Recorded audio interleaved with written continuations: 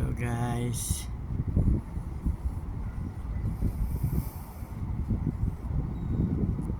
dito po tayo sa Port de Barcelona.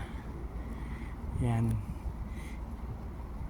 Naparada rin po rito yung mga kuhan international ship, mga cruise po dito sa dito sa tinatayong kung sa building pong ito. Ito po ay World Trade Center.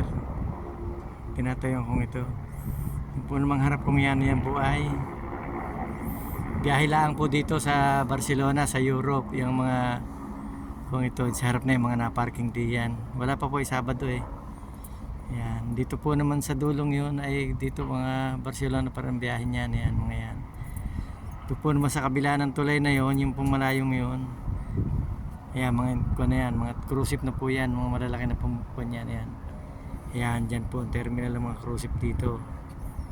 Sa likod po naman yan mga tanker, mga pumpo na hindi po passenger. Ito po yung passenger, yung tatlong yan. Yan po ay nasa terminal A, B at saka C. Ayan.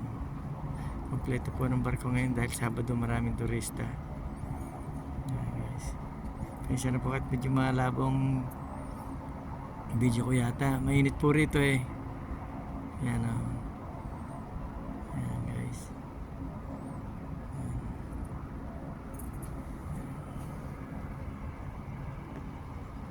Ayan. Buo naman ng mga cruise ship. Ayan, dyan po naparada sila lahat. Ayan. Ito namang isang ito, yung medyo asul na yan. Yan po yung Grimaldi. Dito lang po sa Europe ang biyahe niyan. Yan, Barcelona. Ayan. Ayan po namang bundok na yan. Ay kung po yan, Montjuic kung tawagin. Nandyan po yung Castillo na tinatawag dito. Nasa Montjuic po yan. Maganda po dyan guys. Mayroong mga laruan po dyan. May mga stadium, malaki stadium po. Olympiko dyan po sa loob niyan. Sa taas sa likod. Tsaka yung Palau San Jordi, nalaro po ng mga basketball. Marami pong ginaganap na event dyan sa Montjuic na yan. Sa likod po. Sa taas. Sige po guys. Thank you po guys for watching. Good morning po ulit sa inyong lahat. Ingat po lagi tayo kung saan mo naman tayo naroon.